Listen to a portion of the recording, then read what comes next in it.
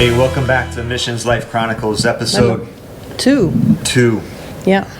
So we're going to just kind of share a little bit about our story. I don't know, maybe how we got into missions, who we were with even, and then share some pretty funny stories about our time there and yeah, what it was like living in another culture, in another where you don't know the language, you don't know the food. Obviously, you know. Right. The food that we ate there is popular here in the United States, but it's very different. Yeah. And so don't quite have all the right ingredients, and so it tastes a bit different. It just wasn't quite the same. Not the same. No. So anyways, part of the reason we got into missions, so we were a family of 6. We had 4 kids, which seems like the perfect time to go into missions. Yeah. Well, I mean, we had already worked, and you had the great job and the house and the 2 cars and the dogs and the 4 kids and the beautiful wife and all. We had like all the stuff that you would consider to be perfect American life, and it just you weren't happy. You weren't happy. I was like, I was just busy with kids. Yeah, you know, how often would I joke around? It's not the American dream; it's the American nightmare for me. And part of it is we just wanted to do something different. Like it's so easy to settle down and live an average American life. Well, I think you're just made for more. Yeah, I think we all are. You know, I think a lot of us, even those of you guys out there, there's some of you out there, you should be in missions. You're made for more. You're called to missions. You're called to ministry. You're called to see the gospel taken to the nations. Yeah, so we were just kind of humming along and just decided, you know what? I walked in one day, quit my job. But with a disclaimer. With a disclaimer, I gave them a 10-month notice. Yeah, because I was pregnant with our youngest. Yeah, and so we had to sort through some things and get some things organized. So they were super gracious to us and allowed me to stay around for 10 months. But so we left that job, and the next thing you know, this was in 2012, we were packing up our kids and heading out with Youth with a Mission. Even though we weren't young, we were in our mid to late 30s. We were heading out with Youth with a Mission, and we ended up doing an outreach in Southeast Asia and loved it, and really just felt called to go back there. I remember when we first actually, one of the stories that I was thinking about the other day, when we did the outreach, we went to go to a restaurant. Okay, just to get some lunch or something like that. And we walk through the door, and it's this lady. She's the only person there with a baby, and we order our food, and she hands us the baby. And she hands the team. Yeah, a couple. Well, I think we ended up passing the baby around. Anyways, this lady, not knowing any of us, hands us the baby and cooks our food. And it was just kind of like wow. We would never see, it was like culture shock. You would never see that like in the United States or whatever, just hand a stranger your baby so that you can cook them lunch. I'm like sitting there, I'm like, what is going on? This baby is literally getting passed around the team while the mom cooks our food, and it was good food. Yeah, it was good food. It was really good food. But just different things like that, and just experiencing different cultures, different food, different ways of doing things, not wrong ways, but just different ways. I know that's one thing we have to be careful about ourselves is, especially being Americans, we have to make sure that we aren't being ethnocentric and saying that our way is the only way and the best way. And that's not necessarily true. Different people will have different thoughts about what's important. In many countries, the group, doing what's best for the group is what's important. And so they may do things differently because of that. Yeah. In fact, like a little different thing here. So we go to the restaurants here in the States, and we order food, and the food comes to us, and it's our food. But where we were at, you order food, and it comes on a big platter, and they set it in the middle of the table, and it's for the entire group to share and enjoy. Yeah, which we actually kind of like that, because even to this day, a lot of times what we'll do is, he and I will go on a date or something, and we'll go to the restaurant and we'll both order different things, but then we kind of almost like, trade back and forth. Hey, I'll take some of yours for a little bit, and then we'll trade our plates, and then we'll trade back. And we kind of enjoy that system of just, it's ours, we get to share it. And really, I think that's almost more biblical. It's sharing a meal. Yeah. breaking But- bread together. Exactly. And so that's just kind of fun. So yeah, we ended up being in Southeast Asia from 2014 to 2018. We don't hear a lot about from missionaries, but the challenges of staying in country. Yep. Or even some of the fun stuff, like. So what's a funny story? Okay, well, one of the hard things, but yet still kind of funny things when you look back on it. Like when we first got there, well, we didn't have a vehicle. And so we had a friend there, and she had a small truck, really tiny truck, right? And so we're trying to feed a family of 6, and we could either ride our bikes a mile to a store that was nearby, or try to go to the Costco equivalent to get a lot more. Which we did ride our bikes. We would throw backpacks on and ride our bikes to the store, fill our backpacks with food. And then that's what we would eat. But we had to do it almost every day just to feed a family of 6. So we decided we were going to ride with our missionary friend in her tiny truck to like the Costco equivalent, and try to get more bulk amounts of food so that we could, not have to go to the store so often. Anyways, so and so we did this multiple times. So this truck is so small that it's our friend and Becky sitting in the in cab. it. Yes, that's all you could fit. That's it. That's all you could fit. And then I would sit in the bed of the truck. And we would go to the store, and it would be absolutely gorgeous. It would be sunny, 90, 95 degrees. You're like, this is amazing. We'd go into the store and come out, and what was happening? It's downpouring. Downpouring. Like every time. I don't know how this happened. I'm sure it wasn't every time, but it literally felt like every single time. For like about 3 months. Yes. 'Cause we went 3 months without a vehicle. Yes. Part of the reason behind that is they drive very different. And so we needed to take time to watch traffic patterns, figure out how they drive. Just all the things we take for granted here in the United States. Well, and in the United States, we might consider the way they drive chaos. But there was actually a method to the madness. Method to the madness. And once you figured out that chaos, it was fun to join. It was more chaos. like go with the flow kind of method. Yeah. But yeah, so anyways, it did not fail. Every time we would come out from the store, downpour. So he'd be sitting there in the back of this tiny truck under a tiny umbrella, like shaking because I was freezing because it was 90 degrees out.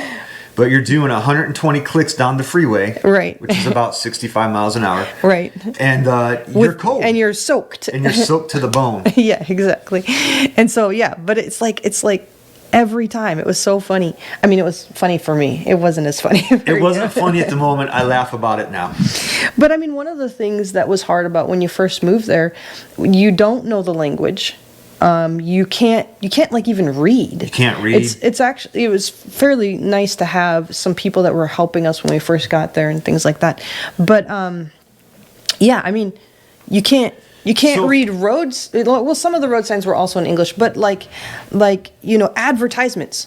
Couldn't read advertisements alongside the road. And even at times, you felt like a child. You felt like a kindergartner, or less than a kindergartner. Less than a kindergartner. Like for instance, like we would have to pay utility bills.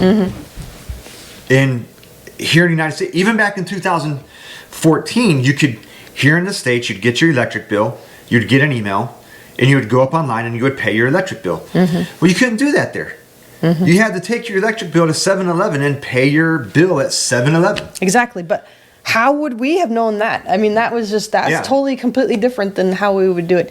Oh, well, like we have some, when we got there, I'm looking around at all the things you can buy in terms of, shampoo and soap and all this kind of stuff, laundry detergent. And some of the stuff we recognized and some of it we didn't. And so it was like, I was trying to pick things that, we had some kids with sensitive skin and stuff. And so I was trying to pick things that maybe wouldn't, bother their skin.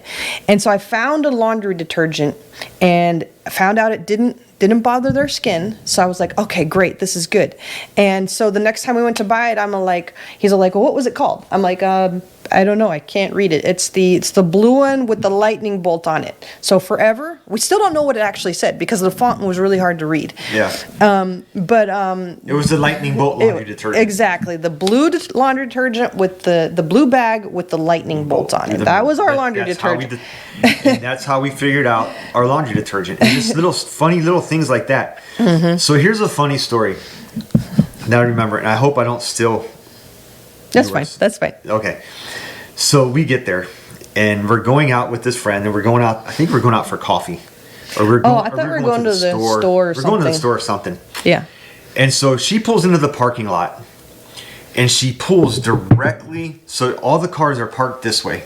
And she pulls in this way. There's no parking spots open.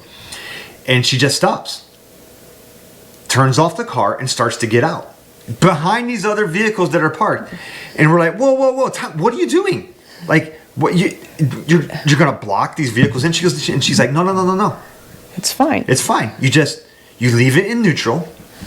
And if they have to move your car, they'll just push it out of the way to get out. Yeah. And we're like, wait, what? And so we learned very early on. So we would go to the mall. And we'd go into the parking lot. And I'm like, I don't feel like going all the way to the top floor. Let's just park down here. So you literally just pull your car behind people, get out, leave it in neutral. As long as you know what row you're on. You could come out. You could park at one end of the parking aisle. Yeah. And your car after 3 hours could be at the far other end. You just had to know. People would just gradually move it down. We did it. I tell you what, it felt so awkward the first time you're doing it. Like, I mean, because in the States, you touch somebody else's car, they're gonna be like, "Don't touch my car," Yeah. you know. But And no, so, there is like people are like, "Oh yeah, no big deal." sometimes you'd get the car rolling a little too fast and you have to run around in the front to stop it from hitting the car in front of them. Yeah. But that's just what you did, and it was just. At least it wasn't hilly. It was not. There were very, very few hills, so it was pretty flat where we were at.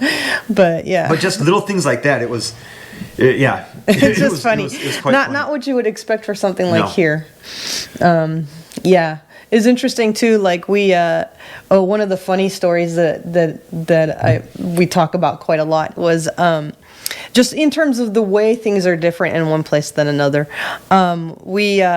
We pull up to a stoplight at one point, and all the motorcycles would move to the front. This is kind of the way they do it in Southeast Asia. And so we see this motorcycle weave his way to the front, and we're toward the front too, so we have a pretty good view. Well, a lot of the stoplights there will have a counter, so it'll count down. And this one was a particularly long stoplight. And so he stops. He's wearing a mask because the air quality at that time frame wasn't very good, and so a lot of people would wear masks to avoid breathing in the pollution. And so he pulls his mask down. Okay, so we're thinking, oh well, okay, the pollution's still there. You know, we didn't really know why he was pulling his mask down. He pulls out a cigarette, lights his cigarette, takes a few puffs, sees that the light is going to change, puts his cigarette out, and blows the smoke, and then puts his mask back up to get ready to go. Yeah. We're like, we? Literally, I looked at Becky and I was like, "Did we just witness that? Did he just pull up to the stoplight, pull his mask down, smoke a cigarette, and then put the mask back up like nothing happened? Like that was normal." Anyway, yes. So that was definitely different. Yeah, that was definitely different. So, yeah. But we can always talk about the funny stories, but we also had some pretty incredible opportunities to just love on people. And we got to work in some children's homes. We set up a computer center for a children's home. We did computer safety training for English lessons. English in partnership with a local church. It was just fun. It was just, you felt like sometimes here in the States you can kind of get into this routine and you just kind of hit the doldrums of life. Like there, you never knew what the next day was going to hold. Well, and I think though, even here though, sometimes we aren't deliberate to impact people. I think something about being a missionary though, it's your job to impact people. And so you feel a bit more deliberate about it, I think. But I think we need to do better at taking that mindset and applying it. Like we as believers, as Christians, as followers of Jesus, need to realize this is our missions field. And we need to take the gospel, like we need to be living the gospel every day, every moment of every day. So it's true. So we have a story from another missionary, which we want to make this available to other people. If you have a story that you would like to share, or a missionary friend who has some great stories, suggest that they share some of their stories. We're going to read this right here, right now for the first time. I've read a little bit of it. But here we go. When working with some missionaries in South Central Africa, we were on our way to drill a water well in a rural community. I was pulling a 2,000-pound compressor following the drilling rig being pulled by the missionary I was working with. The roads were extremely dusty and I had to stay back several hundred feet due to visibility. As I came around the corner, I looked at the drilling rig in front of me and noticed it looked like it was pulling weird. I caught up and realized it was missing one of the wheels on the double axle. I flagged down the missionary, and when he finally saw me, he stopped. I told him, "One of the wheels is gone." He replied, "There's a flat tire?" I said, "No, the whole wheel is gone." When he looked, sure enough, the entire wheel and tire were missing. A local helper and I jumped in the compressor's rig and started back the way we had come from. Gotta look for the tire. After several kilometers, we found a young boy rolling a wheel and tire towards his village. We stopped to tell him it was our wheel, and he argued, saying it was his, and if we wanted it, we would have to buy it from him. I'm not even sure what was spoken between him and our local friend, but after a not-so-friendly talk in their language, the boy reluctantly agreed to give the tire back. When we arrived back at the drilling rig, we realized the wheel had melted the bearing onto the axle, so we had to continue the trip with only 3 wheels on the drilling rig. Oh no. It was quite the sight being pulled down the dirt road. It was a successful drilling operation, and God blessed the people with good drinking water. So that's hilarious. Like, that was their will, that was their rig, their will, and this kid's like, "Nope, possession is 9/10 of the law. That thing is mine. Yeah, And if you want it back, probably buy bartering, it." like, "Hey, Oh, yeah. I'll give it to you for X amount of." We saw that. We were doing a trip in Central Africa, same thing, and we were doing a safari as part of kind of like taking a break before we got really into the missions work, and we're just driving down the road, and all of a sudden there's this kid standing in the middle of the road. He's got like a big branch across the road. Branch, and he's like, "If you want by, you got to pay me." Oh, Our driver's like, "That ain't happening." He's like, "No." Nope. This kid was like a teenager, so he's like sitting there arguing with him for a little while, and finally the kid let them just through. kind of let us through. But we've had situations like that. We had one where we were going up to this remote village, and we had to have an armed escort with us. Mm-hmm. In Africa. And so there we are. We're hauling loads of food. Mm-hmm. And in the passenger seat of this vehicle is an army soldier with a fully loaded M16 at the ready. Well, and part of the problem too might have been that area had been in a famine for a long time, and so we had to. But yeah, I mean, we've experienced some things like that, and I know we have missionaries friends who've experienced way more than we have. But there's always a lot of interesting stories and things like that. And you'll hear more of our stories. We have a lot of stories, and we're just thankful. If you've listened to or watched this video, thanks for sticking with us. If you liked it, hit the like button, hit the subscribe button. I said in our first episode, I hate when YouTubers say that, but here I am. Hit the subscribe and hit the like. And if you're a missionary or a missionary kid, and you've taken a missions trip even, and you have a funny story that you don't mind us sharing with us, send it to this email address right here, and we'll get it into one of our videos. Yep. Thanks for taking the time with us, and again, I just want to encourage you, be a missionary where you're at. So anyways, thanks for joining us, and we'll see you Thanks for watching. in the next episode. Bye.